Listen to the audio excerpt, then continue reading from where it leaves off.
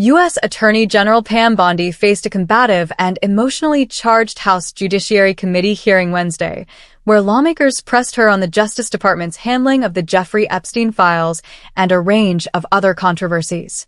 What began as oversight testimony quickly devolved into sharp exchanges, personal insults, and partisan clashes, with one lawmaker storming out after a heated confrontation.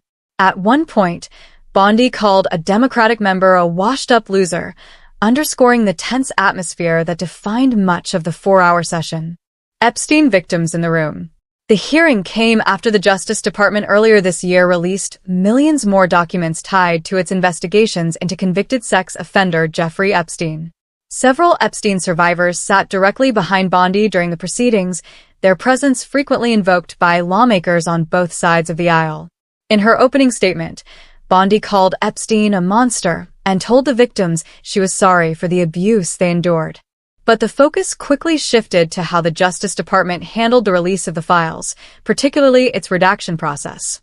Democratic Representative Pramila Jayapal accused the department of failing to properly protect victims' identities, saying that in some instances nude images of survivors were released and that some victims whose identities had been protected for decades were exposed.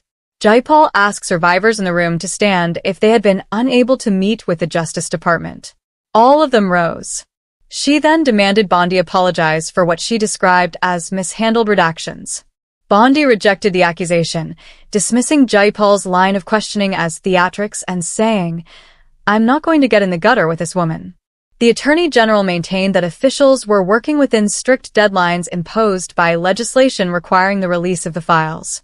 She added that any names or identifying details inadvertently disclosed had been immediately redacted, once brought to the department's attention.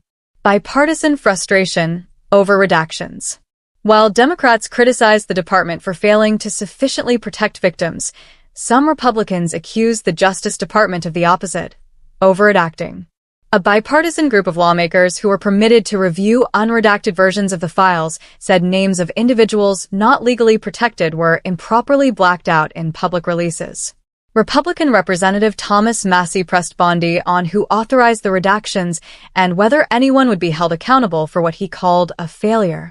He described the matter as bigger than Watergate, arguing that it spans multiple administrations. "This is a political joke," Bondi responded as Massey continued questioning why certain names, including billionaire Les Wexner, were initially redacted. FBI Director Kash Patel, also present at the hearing, interjected to say there was no evidence that Epstein trafficked women to Wexner. Wexner has previously alleged that Epstein stole millions of dollars from him while serving as his financial advisor. His legal representative has stated that in 2019, a federal prosecutor informed Wexner's counsel that he was viewed as a source of information about Epstein, not a target, and that he cooperated fully and was never contacted again. Questions about Andrew Mountbatten Windsor.